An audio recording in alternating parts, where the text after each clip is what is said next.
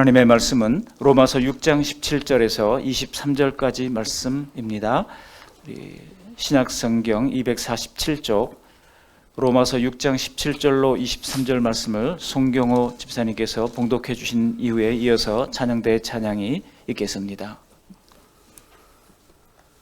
하나님께 감사하리로다. 너희가 본래 죄의 종이더니 너희에게 전하여 준 바 교훈의 본을 마음으로 순종하여 죄로부터 해방되어 의에게 종이 되었느니라. 너희 육신이 연약함으로 내가 사람의 예대로 말하노니 전에 너희가 너희 지체를 부정과 불법에 내주어 불법에 이른 것 같이 이제는 너희 지체를 의에게 종으로 내주어 거룩함에 이르라. 너희가 죄의 종이 되었을 때에는 의에 대하여 자유로웠느니라. 너희가 그때에 무슨 열매를 얻었느냐? 이제는 너희가 그 일을 부끄러워하나니 이는 그 마지막이 사망임이라. 그러나 이제는 너희가 죄로부터 해방되고 하나님께 종이 되어 거룩함에 이르는 열매를 맺었으니 그 마지막은 영생이라. 죄의 싹은 사망이요 하나님의 은사는 그리스도 예수 우리 주 안에 있는 영생이니라. 아멘. 옆 사람하고 한번 인사하실까요? 감사합니다. 반갑습니다. 인사하시겠습니다. 감사합니다. 반갑습니다.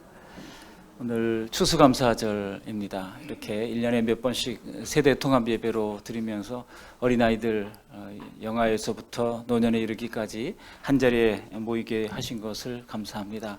하나님 은혜 가운데 오늘 예배가 우리 모두에게 복된 시간이 되시기를 주님의 이름으로 축복합니다. 또 우리 어린아이들은 이 자리에 함께 할 수 없어서 4층에서 지금 사층교육관에서 화면으로 지금 예배에 참여하고 있습니다. 감사하고요. 이 추수감사절은 우리 미국의 메이플라워를 타고 청교도들이 영국에서 쫓겨나서 미국으로 가서 첫 해 농사를 지었는데 안 되고요. 두 번째 해 모든 종자까지 다 이제 씨를 뿌리고 이거 안 되면 우리 죽는다라고 했는데 인디언들의 도움을 통해 가지고 이제 큰 수확을 얻게 돼서 함께 청교도들과 그리고 인디언들이 함께 축제를 벌인 데서 유래하게 됐습니다. 구약 성경에서 백성들에게 지키라고 했던 3대 절기가 있었죠. 뭡니까? 유월절, 그리고 맥추절, 그리고 또 하나 마지막으로 수장절이 있는데요. 이 유월절은 아시는 것처럼 애굽에서 구원받은 것을 감사하는 절기죠. 그리고 맥추절은 첫 번째 보리를 추수하게 된 것을 감사하는 절기고요. 그리고 수장절은 가을에 포도와 올리브를 생산하고 그것을 거두어서 저장을 하게 된 데서 추수해서 저장하다라고 하는 의미로 수장절이라고 불렀습니다. 오늘날 추수감사절은 그런 점에서 볼 때 수장절과 같은 의미라고 볼 수가 있습니다. 하나님은 복을 주신 일에 대해서 반드시 감사할 것을 기대하고 계십니다. 우리 하나님이 각 가정마다 필요한 복을 다 주신 줄 믿습니다.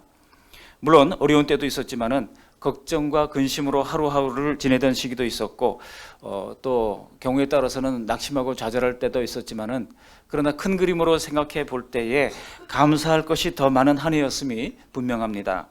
우리 예수님은 인간의 모든 약점과 한계를 아셨지만서도 우리가 감사할 것을 주님께서 기대하고 계십니다.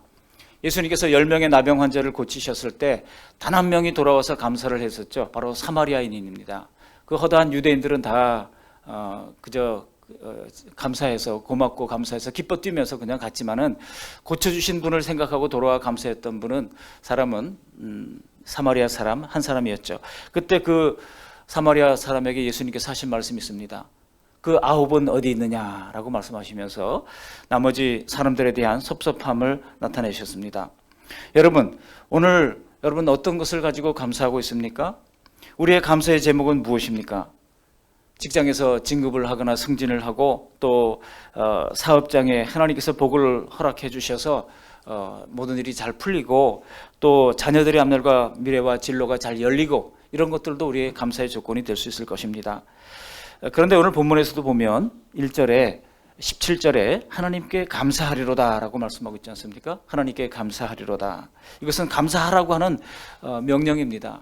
감사하리로다. 근데 왜 감사하라고 그랬는지 오늘 주시는 말씀을 기억하면서 함께 은혜를 나누고자 합니다. 하나님은 다른 여러 가지 감사 제목도 있겠지만은 가장 중요한 감사, 진정한 감사, 그것이 무엇인지를 오늘 본문을 통해서 잘 가르쳐 주고 있습니다. 크게 세 가지로 얘기할 수 있는데요. 바로 첫 번째는 죄의 종에서 의의 종이 된 것 감사해야 된다. 그리고 두 번째로는 거룩한 열매를 맺게 하신 것을 감사해야 된다. 세 번째로는 영생에 들어가게 될 것이기에 감사해야 된다. 한마디로 영생의 소망 주심을 감사하라는 것이죠. 이 세 가지 대지의 말씀을 가지고 간략하게 말씀을 나누고자 합니다. 첫 번째로 우리가 죄의 종에서 의의 종 된 것을 감사해야 한다는 것입니다. 여러분 17절 말씀 우리 같이 한번 읽어보실까요? 17절 하나님께 감사하리로다. 너희가 본래 죄의 종이더니 너희에게 전하여 준 바 교훈의 본을 마음으로 순종하여 18절도 죄로부터 해방되어 의에게 종이 되었느니라. 로마의 각종 우상신을 따르면서 죄를 짓던 사람들이 모여서 교회가 형성됐죠. 교회가 된 것을 생각할 때 이 편지를 쓰는 바울의 마음이 얼마나 감격했는지 모릅니다. 여러분 우리가 누군가를 전도해서 믿음이 잘 자라나는 걸 볼 때 누가 제일 기쁩니까? 누가 제일 기뻐요? 전도한 사람이죠. 하나님도 기쁘시겠지만 전도한 사람이 그것을 볼 때 얼마나 기쁜지 모릅니다. 내가 전도했는데 이분이 막 믿음이 자라고 나중에 또 경우에 따라서는 뭐 목회자가 되기도 하고 선교사가 되기도 하고 그러면 그분의 사역과 활동을 볼 때마다 늘 마음속에 감사가 있잖아요. 그래도 내가 그때 전도했었지. 이렇게 참 훌륭한 분이 되어서 섬기니 얼마나 기쁩니까? 그 바라보는 마음이 얼마나 기쁘겠습니까? 하나님을 섬기기 전에는 우리 모두가 다 동일한 죄의 종이었습니다. 종은 여러분 종이라고 하는 것이 지금은 종이라는 제도가 없습니다만 종은 꼼짝없이 주인의 명령대로 복종할 수밖에 없는 사람이 종입니다. 그러므로 죄의 종이라고 하는 것은요, 내가 조금씩 죄를 선택해서 지을 수 있는 사람이 아니에요. 죄의 종이라고 하는 것은 꼼짝없이 죄에 매여서 죄를 짓는 상태였다는 겁니다. 이전에 우리 상태가 그랬다는 겁니다. 그렇게 죄에 끌려다니는 종이었다는 것은 성경이 증거하고 있고 성령이 말씀해주고 있습니다. 사실 우리가 죄의 종이라고 하는 사실이 인정되는 거 아닌가? 이것이 바로 예수님의 속죄에 대한 진지한 믿음을 가지고 있는 거 아닌가의 결정적인 차이라고 할 수 있습니다. 여러분 사람의 죄가 미미하고 언제든지 마음만 먹으면 뒤집을 수가 있고 선을 행할 능력이 있다고 그러면 그 정도 죄를 속죄하기 위해서 예수님께서 십자가에서 그 모진 형벌을 당하시고 피 흘려 돌아가셨겠습니까? 우리 19절 말씀 함께 읽어보십니다. 19절입니다. 너희 육신이 연약함으로 내가 사람의 예대로 말하노니 전에 너희가 너희 지체를 부정과 불법에 내주어 불법에 이른 것 같이 이제는 너희 지체를 의에게 종으로 내주어 거룩함에 이르라. 전에는 너희가 너희 지체를 부정과 불법에 내주었다는 겁니다. 죄의 종이었던 때 우리의 지체는 부정과 불법 이 두 가지에 내준 바 되었다는 겁니다. 여러분 이 부정이 뭡니까? 말 그대로 깨끗지 않은 상태가 부정입니다. 죄의 종이었을 때는요, 내가 어떻게 하려고 해도 잘 안 되는 거예요. 자꾸 부정, 깨끗지 않은 쪽으로 흘러가게 되는 것이죠. 여러분 우리가 깨끗지 않은 존재라고 하는 것에 이의를 제기할 분이 있으십니까? 우리의 양심은요 벌써 다 알아요. 내가 부정한 존재라 하는 것을 압니다. 그 두 번째 뭐예요? 불법에 내주었다고 말하고 있죠. 불법이 뭡니까? 하나님의 법이 없는 상태, 그 법을 지키지 못하는 상태를 말합니다. 사실 우리 주변에 하나님을 믿지 않으면서도 양심적으로 훌륭한 분들이 많이 있습니다. 그래서 혹시 그분들은 불법을 저지르지 않는 사람들이 아닌가 이런 질문을 할 수도 있습니다. 그러나 성경에서 말하는 불법이라고 하는 것은 세상법에 저촉되지 않은 것을 가리키는 것이 아닙니다. 성경에서 말하는 불법은 하나님의 법에 저촉되는 모든 것을 가리키는 것입니다. 하나님의 법의 핵심이 뭘까요? 바로 하나님 사랑, 이웃 사랑 아니겠습니까? 하나님을 사랑함으로 그 계명에 순종하고 더불어 이웃 사랑, 남을 나와 똑같은 존재로 사랑하는 것입니다. 그게 하나님이 통치하시는 나라 아니겠습니까? 그러므로 아무리 남에게 피해를 주지 않고 자기 자신에게 충실하게 산다 할지라도 다른 사람에 대한 사랑이 없다면 하나님 보시기에 불법을 행하는 것입니다. 제가 이 말씀을 준비하면서요, 이 추수감사 헌금을 외부로 내보내야 되겠다고 생각했던 결정적인 이유가 여기에 있습니다. 우리 교회는 그래도 뭐 작은 교회지만 그래도 살만한데 더 어려운 교회가 있잖아요. 구약 율법도 내 이웃을 내 몸처럼 사랑하라고 하셨습니다. 반면에 자신에게도 충실하고 또한 이타적인 사람이라 할지라도 창조주 하나님께 순종하지 않는다면 그것 역시 불법인 것입니다. 마가복음 12장 23절에 예수님께서 이렇게 말씀하셨어요. 같이 한번 읽어보십니다. 내 마음을 다하고 목숨을 다하고 뜻을 다하고 힘을 다하여 주 너의 하나님을 사랑하라 하신 것이요. 그러므로 하나님의 관점에서 보았을 때 우리가 다 부정과 불법 속에서 살았던 사람들입니다. 오늘 바울 사도도 이런 죄에서 어떻게 해방되는 일이 일어났는지를 이제 기록을 하고 있는 겁니다. 다시 한번 17절 말씀을 다시 한번 묵상하면서 읽어보시도록 하겠습니다. 하나님께 감사하리로다. 너희가 본래 죄의 정이더니 너에게 전하여 준 바 교훈의 본을 마음으로 순종하여. 본래 죄의 정이라는 거예요. 우리가 본래 죄의 정이었다는 겁니다. 그런데 그 본래 죄의 정이었던 데서 해방되는 방법이 소개되고 있는데 그것은 파란색 글씨예요. 너희가 전하여 준 바 교훈의 본을 마음으로 순종할 때 그 죄의 정에서 해방될 수 있는 길이 열린다는 겁니다. 로마 교인들도 그랬고 우리도 마찬가지입니다. 죄에서 해방되는 유일한 방법은 사도들이 전해준 바 교훈의 본, 이것을 마음으로 새기는 일이라고 하는 것입니다. 여러분, 그럴 때 우리는 의의 종이 된 것입니다. 한마디로 복음을 듣고 순종하면 의의 종이 될 수 있다는 것입니다. 의에게 종이 된다는 것도 죄에게 종이 된다는 것과 마찬가지로 거꾸로 의롭게 살아가도록 끌려다니게 됐다는 겁니다. 내 의지는 좀 내 욕심을 채우고 싶은데 그런데 그냥 마음이 막 열려서 나눠주고 싶고 나도 없는데 더 나눠주고 싶고 말이죠. 그런 마음이 든다는 것입니다. 이젠 조금만 하나님의 법을 어겨도 자꾸 우리 마음에 자책이 들어오고요. 마음이 괴롭습니다. 왜 그럴까요? 왜냐하면 어느새 의로움이 우리 안에 명백히 새겨져서 우리를 끌고 가기 때문입니다. 고린도후서 3장 3절 말씀처럼 바로 하나님의 법이 우리의 육의 마음판에 완전히 새겨졌기 때문이라고 하는 거예요. 우리 고린도후서 3장 3절 말씀 함께 읽어보시겠습니다. 너희는 우리로 말미암아 나타난 그리스도의 편지니 이는 먹으로 쓴 것이 아니요 오직 살아계신 하나님의 영으로 쓴 것이며 또 돌판에 쓴 것이 아니요 오직 육의 마음판에 쓴 것이라. 그래서 여러분, 과거 죄의 속수무책으로 끌려다니는 모습을 떠나서 이제는 의에 끌려다니는 삶을 살게 되었다는 것입니다. 우리가 지나온 한 해 돌아볼 때에 여전히 부족한 것이 있고 여전히 죄가 죄라고 하는 것을 알고 이겨내려고 하는 마음으로 살았다고 하는 것, 여러분 그것만으로도 우리가 의의 종이 되었다고 하는 증거임을 알 수 있습니다. 이 추수감사절에 우리가 먼저 감사해야 할 진정한 감사는요, 뭐 하나님이 어떤 것을 허락해 주셨고 뭘 주셨고 뭘 문제를 해결해 주시고 그것 때문이 아니라 우리가 의의 종이 되었다고 하는 사실, 이 사실을 감사하는 것, 이것이 첫 번째 진정한 감사라고 하는 것입니다. 이런 진정한 감사가 우리 모두에게 있기를 바랍니다. 두 번째로는 우리에게 거룩한 열매를 맺게 하신 것에 대한 감사가 진정한 감사라는 것입니다. 의의 종이 된 우리는 거룩한 열매를 맺으며 살 수 있게 됐습니다. 19절 말씀도 함께 읽어보십니다. 19절, 너희의 육신이 연약함으로 내가 사람의 예대로 말하노니 전에 너희가 너희 지체를 부정과 불법에 내주어 불법에 이른 것 같이 이제는 너희 지체를 의에게 종으로 내주어 거룩함에 이르라. 너희 지체를 의에게 종으로 내주면 거룩함에 이를 수 있다고 말씀하고 있습니다. 여러분, 앞에 13절에서 보시면 너희 지체를 의의 무기로 하나님께 드리라 이렇게 말씀했었죠. 우리 13절 말씀도 함께 읽어보실까요? 13절, 또한 너희 지체를 불의의 무기로 주에게 내주지 말고 오직 너희 자신을 죽은 자 가운데서 다시 살아난 자 같이 하나님께 드리며 너희 지체를 의의 무기로 하나님께 드리라. 의의 무기, 이 부분에 대해서는 다음 주에 또 자세히 말씀드리겠습니다만 우리의 행동 하나하나가 마치 죄와 싸우는 무기인 것처럼 그렇게 살라는 것이에요. 여러분, 사람들이 나쁜 일을 할 때도 얼마나 밤을 새워서 열심히 하는지 모릅니다. 그렇지 않습니까? 세상의 사기꾼들도요, 그 머리 쓰는 걸 보면 비상하잖아요. 그거를 고안해내기 위해서 얼마나 애를 썼습니까? 여러분, 성경이 왜 우리에게 자꾸 쉬지 말고 기도하라고 말씀하실까요? 우리가 그냥 하나님을 어렴풋이 알고 있는 것만으로는 이 부정과 불법의 강력한 습관이 나를 끌고 갈 때 제대로 버티지 못하기 때문입니다.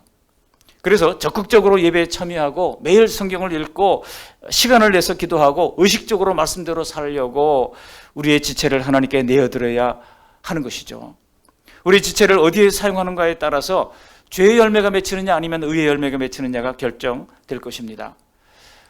20절, 21절 말씀입니다. 함께 읽어보십니다. 20절, 너희가 죄의 종이 되었을 때 의에 대하여 자유로웠느니라. 너희가 그때 무슨 열매를 얻었느냐? 이제는 너희가 그 일을 부끄러워하나니 이는 그 마지막이 사망임이라. 육체의 소욕대로 산 결과는 그 결과가 사망이라고 하는 것입니다. 영원한 하나님의 형벌, 그 사망의 형벌을 받게 될 수밖에 없는 것입니다. 하나님이 그 열매로 우리를 판단하고 그랬잖아요. 마태복음 7장 21절에 그 열매로 나무를 알리라 그랬습니다. 여러분, 악인들이 이 세상에 얼마나 많습니까? 지난해 8월 달에 대구에서 일어난 사건인데요. 고등학교 학생들이 18살하고 16살 형제예요. 이 형제가 부모의 이혼 후에 자기들을 10년 동안이나 길러준 친할머니를 자꾸 잔소리를 한다고 형이 할머니를 칼로 찔러 죽인 거예요. 근데 할머니를 형이 막 찌르고 있는 동안에 비명소리를 지르니까 그 비명소리가 새나가지 않도록 동생은 창문을 다 두루 닫으면서 범행을 방조하는 일이 있었습니다. 할아버지가 나중에 들어왔다가 이제 막 만류를 막 하면서 하니까 할아버지마저 살해하려다가 미수에 그치고 체포된 사건입니다. 여러분, 이 사건을 보면서 정말 세상이 이토록 악해졌나? 요즘 14살 미만의 우리 어린이들이 짓는 범죄도 심상치 않죠. 전북에서 또래 2명을 감금하고 폭행한 다음에 성폭행까지 하려다가 미수에 그치고 체포된 그런 아이들이 있었습니다. 근데 체포되었을 때 그 아이들이 뭐라 그러는지 아십니까? 그래봤자 우리는 석방이에요. 그렇게 얘기했다는 겁니다. 왜냐하면 촉법 소년들이거든요. 그래봤자 우리는 석방이라는 걸 다 알고 있어요. 그러니까 마음껏 죄를 저지르는 상태에 있다는 겁니다. 여러분, 이런 촉법 소년들의 범죄가 증가하고 있습니다. 재범률도 높아지고 있습니다. 여러분, 그런 죄만 죄일까요? 하나님 보시기에 인간의 작은 죄도 본질적으로는 크기만 달랐지 똑같은 죄의 열매인 것입니다. 따라서 우리 지체를 하나님의 의로우심에 적극적으로 맞추지 않는다고 하면 신자의 삶에서도 예수 믿고 교회를 다닌다고 하는 사람들 가운데도 여전히 이런 죄의 열매들을 맺힐 수밖에 없다고 하는 겁니다. 그러나 올 한 해 우리가 감사할 것은 우리의 한 해를 돌아보았을 때 부족한 것도 많았지만 그래도 거룩한 열매를 더 많이 맺게 된 것입니다. 22절 말씀을, 우리 본문 22절 말씀을 함께 읽어보시겠습니다. 그러나 이제는 너희가 죄로부터 해방되고 하나님께 종이 되어 거룩함에 이르는 열매를 맺었으니 그 마지막은 영생이라. 할렐루야. 아까 죄의 종이 되었을 때 맺은 열매가 뭐라고요? 사망이라고 그랬잖아요. 그런데 이제 의의 종이 되어서 맺은 열매가 뭐예요? 영생, 그 마지막은 영생이라고 그랬습니다. 올 한 해 여러분 어떤 거룩한 열매들을 맺으셨습니까? 성경은 성령님을 따라서 살면 놀랍게도 우리 같은 사람들에게도 성령의 9가지 열매가 맺힌다고 말씀하고 있습니다. 물론 성령의 열매가 여러 가지가 있겠습니다만 갈라디아서에 보면 대표적으로 우리의 성품의 열매들을 이야기하고 있죠. 이 9가지 열매가 뭡니까? 사랑, 희락, 기쁨이죠. 사랑, 희락, 그리고 화평, 또 인내와 자비와 양성과 충성과 온유와 절제. 이게 전부 다 우리의 성품에 관련된 것인데 이런 대표적인 열매들을 이야기하고 있습니다. 이런 아름다운 것들이 우리 인격과 성품이 되어 간다는 것입니다. 올 한 해 우리가 행복했고 가족이 행복했고 사람들과 존경을 또 칭찬을 받았다고 하면 우리의 본성 때문이 아니라 틀림없이 바로 이 성령의 열매 때문일 것입니다. 이 거룩한 열매는 우리의 삶에서도 맺혀집니다. 인격과 성품에서만 거룩한 열매를 맺는 것이 아니라 생활 가운데서도 거룩한 열매가 맺히게 됩니다. 예를 들어 같은 돈을 벌어도요, 죄의 열매가 있고 거룩한 열매가 있는 것입니다. 하나님의 법대로 살면서 돈을 벌면 그것은 거룩한 열매가 되는 것입니다. 거룩은 하나님께 속한 것으로 세속과는 완전히 구별되도록 하나님은 거룩한 열매를 통해서만 영광을 받으십니다. 우리 예수님의 말씀을 생각해 보십시오. 예수님이 자신은 포도나무이고 우리는 가지라고 그랬잖아요. 요한복음 15장 5절 말씀 함께 읽어봅니다. 나는 포도나무요 너희는 가지라. 그가 내 안에 내가 그 안에 거하여 사람이 열매를 많이 맺나니 나를 떠나서는 너희가 아무것도 할 수 없습니다. 나를 떠나서는 너희가 아무것도 할 수 없습니다 그랬어요. 예수님을 늘 생각하고 예수님을 늘 말씀을 따라 순종할 때 그 열매가 맺히게 된다는 것입니다. 그리고 그때 맺는 열매를 통해서 하나님께서는 영광을 받으신다는 것입니다. 사람이 악착같이 목표를 세우고 노력하며 살면 인생에서 어느 정도 결과를 볼 수가 있습니다. 그러나 그렇다고 해서 그 모든 것이 다 거룩한 열매라고 할 수는 없습니다. 세속적 차원에서의 성공은요, 자기 영광일지는 몰라도 하나님께 영광을 돌리지는 못합니다. 성공을 한다 해도 육체의 열매에 그칠 뿐인 것입니다. 그리고 그 결과는 심판의 대상일 뿐인 것입니다. 오직 우리가 예수님 안에 붙어 살 때만 열매를 맺어 하나님께 영광을 돌릴 수가 있다는 것입니다. 인생에서 내 욕심대로 꼭 목표치를 높게 잡을 필요도 없습니다. 우린 자꾸 높은 목표를 잡고자 하잖아요. 요즘 새벽마다 예배 예레미야를 보고 있는데요. 예레미야 45장 5절에 이런 말씀이 있더라고요. 같이 한번 읽어보십니다. 내가 너를 위하여 큰 일을 찾느냐? 그것을 찾지 말라. 우리 자꾸 큰 거, 큰 꿈, 큰 비전 막 얘기하잖아요. 근데 여러분, 비전이라고 하는 이름에 욕심이라고 하는 것도 우리가 알아야 됩니다. 왜냐하면 그런 높은 꿈은 되게 하나님을 위한 것이라기보다는 자기를 위한 것일 때가 많기 때문입니다. 이제 우리가 하나님께서 주어진 그 매일의 일에 충성하면서 성실하게 살다 보면 하나님께서 열어주실지 말지는 하나님이 알아서 하시는 것이고, 우리는 매일의 일에 성실을 다하면 되는 것입니다. 여러분, 다윗이 왕을 꿈꿔본 적이 단 한 번도 없었던 사람 아닙니까? 그저 목동으로 양떼 돌보는 일에 성실을 했던 사람입니다. 그렇게 했던 그 다윗을 보면서 하나님께서는 야, 이게 내 백성을 맡겨야 되겠다 하고 그에게 맡겨주신 거예요. 여러분, 시편 78편 70절로 72절 말씀을 같이 한번 읽어보시겠습니다. 또 그의 종 다윗을 택하시되 양의 우리에서 취하시며 전장을 지키는 중에서 그들을 이끌어내사 그의 백성인 야곱 그의 소인 이스라엘을 기르게 하셨더니 이에 그가 그들을 자기 마음의 완전함으로 기르고 그의 손의 능숙함으로 그들을 지도하였도다. 다윗은요, 평소 목동으로서 양을 기르는데 능숙했습니다. 그것을 보고 하나님께서는 내 백성을 그에게 맡겨주신 것입니다. 베들레헴 총구석에서 성실하게 맡겨진 양들을 치고 있는 다윗을 불러내서 왕을 삼으셨던 것입니다. 여러분, 요셉이 처음부터 애굽의 총리가 될 큰 꿈을 가졌습니까? 결코 그렇지 않죠. 곡식단이 절하는 꿈이나 해와 달이 그에게 절하는 꿈 자체도 하나님이 꾸게 하신 것이지 자기 욕심으로 꿈을 꾼 게 아니에요. 그 꿈이 성취되도록 이끌어 주신 것도 하나님이십니다. 그러므로 우리는 예수님께 꼭 붙어서 말씀을 따르고 지금 내게 주어진 일들을 성실하게 감당할 때 하나님께서는 우리에게도, 우리의 장래에도 반드시 선한 것으로 이끌어 주시는 것입니다. 그렇기 때문에 여러분, 거창한 꿈이 아니라 할지라도 괜찮습니다. 우리가 목표를 낮게 잡는다고 해서 꼭 거기까지만 성장하는 것도 아닙니다. 하나님은 우리에게 주신 재능과 또 역량과 성실함에 따라서 얼마든지 우리를 이끌어 주시고 가장 적절한 복을 내려 주시는 것입니다. 요즘 아프리카를 돕는데 적정 기술이 필요하다고 그러잖아요. 아프리카에 지금 전기도 없는데 물이 탁한 물을 먹는다고 우리 한국에서 정수기를 막 갖다가 줬는데 정수기를 돌릴 전기가 없는데 무슨 소용이 있겠습니까? 거기에 맞는 적절한 기술이 필요한 것처럼 하나님께서는요, 우리의 역량에 맞는 적절한 것으로 채워주시고 공급해 주시는 것입니다. 다만 하루하루 이렇게 믿음 안에서 성실하게 준비하며 하나님의 인도하는 대로 가려고 노력하다 보면 하나님께서 길을 열어주시고 하나님께서 다 하시는 것입니다. 우리 옆 사람에게 한번 이야기하십시다. 하나님께서 다 하십니다. 시작. 하나님께서 다 하십니다. 그러므로 더 큰 꿈, 더 뭔가 큰 비전, 이거를 너무 가지려고 애를 쓰지 마시기를 바랍니다. 그저 내게 주어진 일을 진정으로 감사하면서 감당할 때에 하나님께서는 우리에게 우리의 삶에 이런 거룩한 열매가 맺혀지도록 도와주실 줄 믿습니다. 마지막 세 번째로 진정한 감사는 어떤 감사일까요? 영생으로 들어가게 될 것이기에 감사해야 한다는 것입니다. 한마디로 영생의 소망을 인하여 감사해야 한다는 것입니다. 23절 말씀을 함께 읽어보십니다. 죄의 삭은 사망이요 하나님의 은사는 그리스도 예수 우리 주 안에 있는 영생이니라. 영생이니라 그랬어요. 이 말씀은 우리가 누구의 종이 되어 살아가느냐에 따라 영원한 결말이 갈라진다는 것입니다. 죄의 종이 되어 살아온 대가는 사망, 즉 영원한 심판일 뿐이지만은 의의 종이 되어 살아간 결과는 영생이라고 하는 선물을 받게 된다는 것입니다. 믿으십니까? 물론 살면서 짓는 우리의 죄가 예수님 밖에 있는 사람들의 죄보다 더 적다고 할 수는 없습니다. 그러나 그리스도의 대속의 피로 이미 계산이 끝난 우리는 이미 계산이 끝났어요. 예수님께서 우리의 모든 죄를 다 도말하셨다고 그러지 않습니까? 페인트 칠할 때 도말하다고 하는 말이 사용되는 거거든요. 다 덮어 씌워 놓으셨어요. 그래서 겉으로 볼 때는 깨끗하게 된 것입니다. 그것을 칭의라고 그럽니다.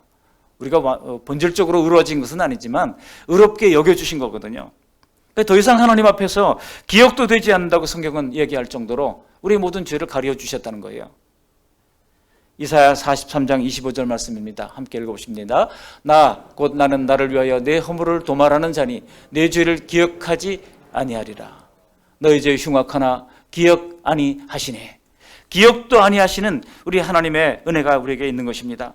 우리는 이미 성령의 책망하심으로 죄를 깨닫고 믿고 회개함으로 예수님의 속죄의 은혜를 입은 사람들입니다. 그러므로 다시 하나님 앞에 재심판은 없습니다. 물론 우리도 하나님의 백보자 심판대에 설 것입니다. 그러나 그것은 상급을 위한 심판이 될 것입니다. 그날 우리는 주님을 위해 무언가 헌신을 했다는 작은 섬김과 봉사로 가장 큰 감격과 가장 큰 상급을 받게 될 것입니다. 다만 오직 죄가 없다고 하는 자들만 그 죄를 분명히 밝혀주시고 거기에 따른 엄중한 형벌을 주시겠다고 말씀하고 있는 것입니다. 이 추수감사절에 우리의 가장 큰 감사의 제목이 무엇입니까? 오늘 세 가지 말씀을 드렸습니다. 죄의 종에서 의의 종 된 것, 그리고 거룩한 열매를 맺게 하신 것, 그리고 영생의 소망을 주신 것을 감사하는 감사의 풍성한 저와 여러분들이 다 되시기를 주님의 이름으로 축복합니다. 아멘. 고마우신 하나님 아버지, 귀한 주님의 말씀을 들려주신 것을 감사합니다. 오늘 우리의 감사를 통해 하나님 영광 받아 주시옵시고 하나님이 진정한 감사를 드릴 수 있는 복된 생애를 살아가도록 은혜 베풀어 주시옵소서. 예수님의 이름으로 감사하며 기도합니다. 아멘.